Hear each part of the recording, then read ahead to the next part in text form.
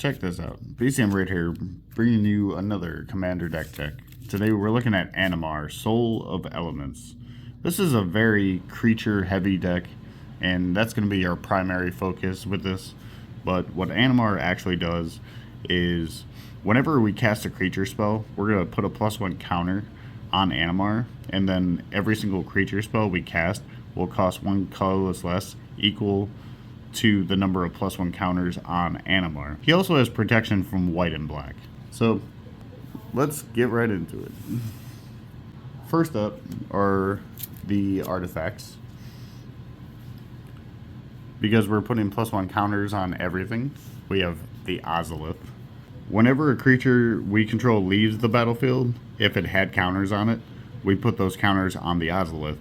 And then at the beginning of combat, every single counter that's on the Ozolith can be placed on whatever creature we want.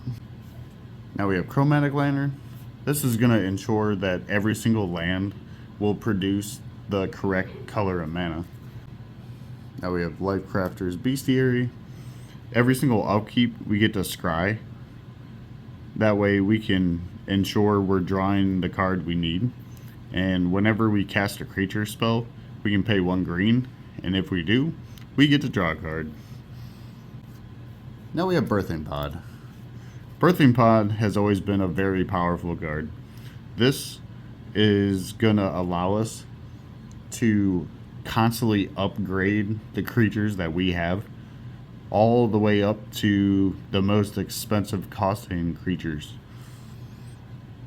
Now we have Cloudstone Curio. We're going to use this in a couple different ways. Whenever another creature enters the battlefield, we're going to return another creature back to our hand. Okay, let's get into the enchantments. Now we have Hardened Scales. Hardened Scales is going to be very beneficial for us because we're going to be putting +1 counters on Animar and various other creatures. So why not put as many counters on those creatures as possible? Now we have Temur Ascendancy. This is going to give all our creatures haste, and whenever a creature with power 4 or greater enters the battlefield, we get to draw a card. Now we have Warstorm Surge. Whenever any creature enters the battlefield under our control, we get to throw around damage equal to that creature's power. Now we have Equilibrium. Whenever we cast a creature spell, we can pay a colorless, and if we do, we get to return another creature back to our hand. This is kind of like Cloudstone Curio. Now we have Rhythm of the Wild. This is going to ensure that every single creature we cast can't be countered, so it's going to resolve. But whenever a non-token creature enters the battlefield, we have the choice of giving it a +1 counter or giving that creature haste. Now we have Guardian Project. Whenever a non-token creature enters the battlefield, if it doesn't have the same name as another creature, we get to draw a card. Now we have Splinter Twin. This is going to allow us to make additional copies of creatures that we have on the battlefield. But if we have very specific creatures, we're going to create an infinite copy of those creatures. Okay, let's get into all those creatures. We have our Birds of Paradise. Most of these creatures are going to produce mana for us. So we have Rattleclaw Mystic. This will add either a blue, a green, or a red mana. But if we cast Rattleclaw Mystic face down, and then we pay its morph cost, we turn this card back over, and it'll add 3 additional mana. Now we have Sylvan Caryatid. We have our Ornithopter of Paradise. This is a flying blocker as well that will also create whatever color mana we need. Now we have Secura Tri-Builder, or Steve. That way we can go get basic lands out of our deck. Now we have Scavenging Ooze. This will do a good job at controlling our opponent's graveyard by exiling those cards. And if one of those cards that we exile happen to be a creature spell, we're going to put a +1 counter on Scavenging Ooze and gain a life. Okay, now we have Selvala, Heart of the Wilds. Whenever another creature enters the battlefield, its controller may draw a card if its power is greater than each other creature's power. It also has a activated ability of adding a lot of mana, where X is the greatest number among creatures we control. So if we have a bunch of very large creatures, we're going to be adding a lot of mana. Now we have Oracle of Moldiah. She will allow us to play lands from the top of our library, and also will give us a additional land drop. Now we have the good old sad robot. Just when Solemn Simulacrum enters the battlefield, we get to search for a basic land and put it on the battlefield tapped. And when Solemn Simulacrum goes to the graveyard, we get to draw a card. And to continually draw more cards, we have Muldrifter. This card's fun. And we have Beast Whisperer. Whenever we cast a creature spell, we get to draw a card. Now we have some very specific creatures. We have Den Protector. When Den Protector is megamorphed and then turned face up, we get to return any card from our graveyard back to our hand. Now we have Soul of the Harvest. Whenever another non-token creature enters the battlefield, we get to draw a card. Now we have Augur of Autumn. We can look at the top card of our library at any time, and we can play lands from the top of our library. But if we control 3 creatures with different power, we can cast those creature spells from the top of our library. Similar to Augur of Autumn, we can look at the top card of our library at any time, and if it's a creature, we can cast that creature spell, but also we can use mana as though it was any type to cast it. We have some creatures that are going to deal with our opponent's stuff. So we have Aniak Survivalist. If Aniak Survivalist was face down and then we turned it face up, we get to destroy a artifact or enchantment. Similar to that, we have Foundation Breaker. Now we have Manglehorn. This is going to deal with our opponent's artifacts. Opponent's artifacts are going to enter the battlefield tapped, so they won't be able to use those artifacts right away. And when Manglehorn enters the battlefield, we get to destroy. But we're just going to completely turn off our artifacts anyway with Collector Oof. Okay, now we have some creatures that are going to enter the battlefield as copies of whatever creatures we want. So we have Spark Double.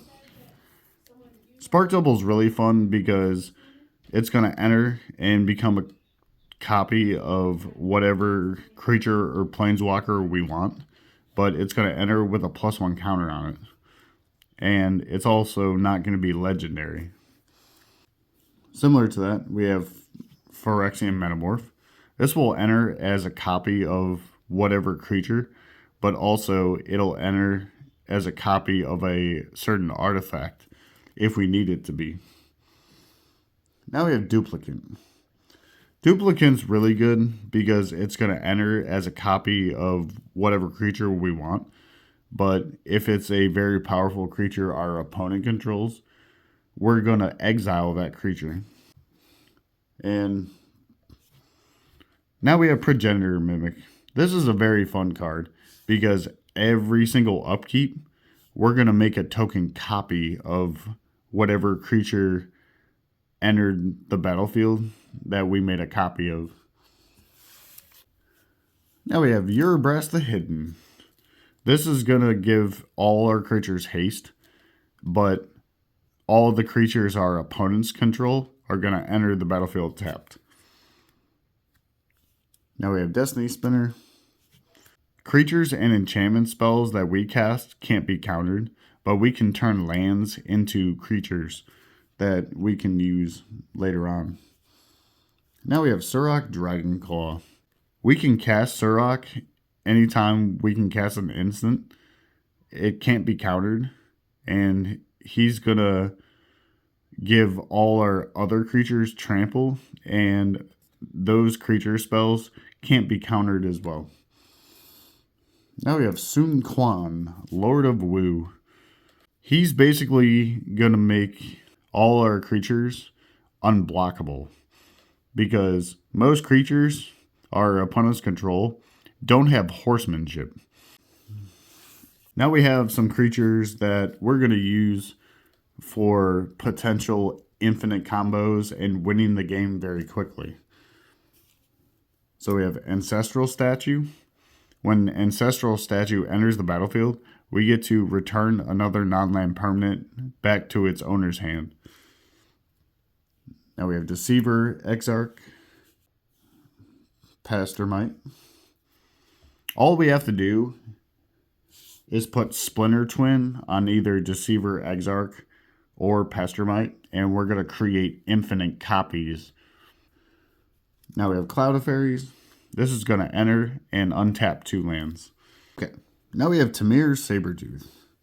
This is going to pair very nicely with Cloud of Fairies because when Cloud of Fairies enters the battlefield, it's going to untap 2 lands, which is going to give us the 2 mana to activate Temur Sabertooth. And we're just going to return the Cloud of Fairies back to our hand. And we can infinitely cast Cloud of Fairies. So if we have Warstorm Surge, the Cloud of Fairies is going to enter and then trigger, dealing its damage equal to its power. Now we have Time Stream Navigator. This is going to allow us to take extra turns. Okay, now we have an infinite 2-card combo with Zealous Conscripts and Kiki-Jiki the Mirrorbreaker. Let's get into the very large creatures. We have Coma, Cosmos Serpent. Every single upkeep, this is going to create a 3/3 Serpent. And we can use those Serpent tokens to tap down a permanent and its activated abilities can't be activated. Or we can protect Coma by making Coma indestructible. Now we have Sagu Mauler. This is just a very large creature with trample and hexproof. Now we have Avenger Zendikar. When it enters, we're going to get a 0/1 plant creature token equal to the number of lands we control. And then whenever another land enters the battlefield, we're going to put a +1 counter on each plant we control. Now we have Steel Hellkite. This is a very large flyer, but we can pay 2 colorless and give Steel Hellkite +1/+0. But we can pay X mana and destroy each non-land permanent with converted mana cost X when we deal combat damage. Now we have Woodfall Primus. When this enters, we get to destroy a non-creature permanent. Now we have Shivan Devastator. It's going to enter the battlefield with X +1 counters on it. Similar to that, we have Hydroid Krasis. But we're going to gain half X life and draw half X cards, rounded down. And if we have a very large board with a bunch of creatures, we have Crater Hoof Behemoth. Now we have our Blightsteel Colossus. This guy is almost impossible to get rid of. And if Blightsteel Colossus connects with a opponent, chances are they're losing the game. Now we have Myr Battlesphere. This is going to create 4 1/1 colorless Myrs when it enters the battlefield. And we're going to use those Myrs to make Myr Battlesphere even bigger and throw around damage. Now we have World Breaker. This is going to deal with our opponent's artifacts, enchantments, and lands.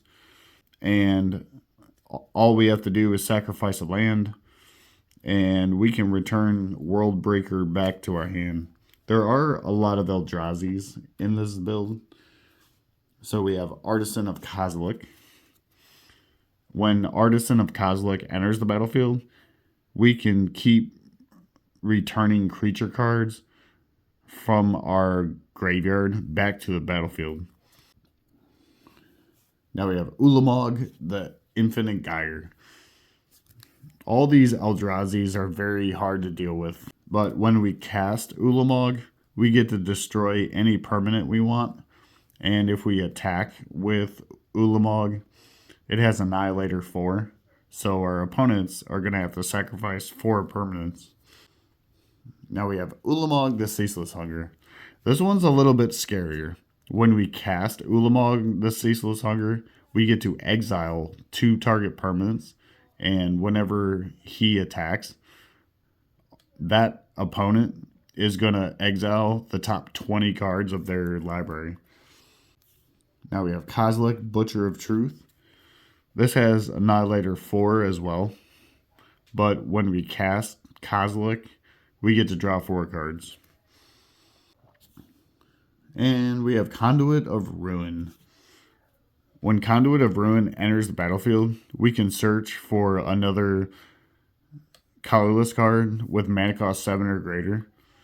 And we put that card back on top. And the first creature spell we cast is going to cost 2 less. So all these very large Eldrazi creatures are going to be cost reducted so much because of Conduit of Ruin. Also, Animar himself. Okay, let's get into the land base. Here's our command tower, our Ketria Triumph, our Reflecting Pool, our Opal Palace. Opal Palace is actually very powerful in this deck because it'll give us the color we need, and it will enter the battlefield with additional +1 counters on it. Here's our Breeding Pool, our Stomping Ground, our Steam Vents, our Training Center, our Rejuvenating Springs, our Spire Garden, our Sulphur Falls, our Rootbound Crag, our Hinterland Harbor, our Rockfall Valley, our Storm Carved Coast, our Dream Root Cascade. Now we have a fun one with Winding Canyons. We're going to activate Winding Canyons, and until the end of turn, we can play creature cards as though they were instants. Similar to that, we have Alchemist Refuge. We can cast non-land cards as though they had flash. And if we have a very large creature, we're going to make it even bigger with Kessig Wolf Run. We have 7 forests, 5 islands, and 5 mountains. I do have a couple suggestions, maybe a couple fetch lands or the surveil lands might be good. But overall, that was the deck tech for Animar Soul of Elements. I really hope you guys enjoyed this very fun creature-based deck. Be sure to like, comment, subscribe, follow me on TikTok, share these videos, and I'll see you in the next one.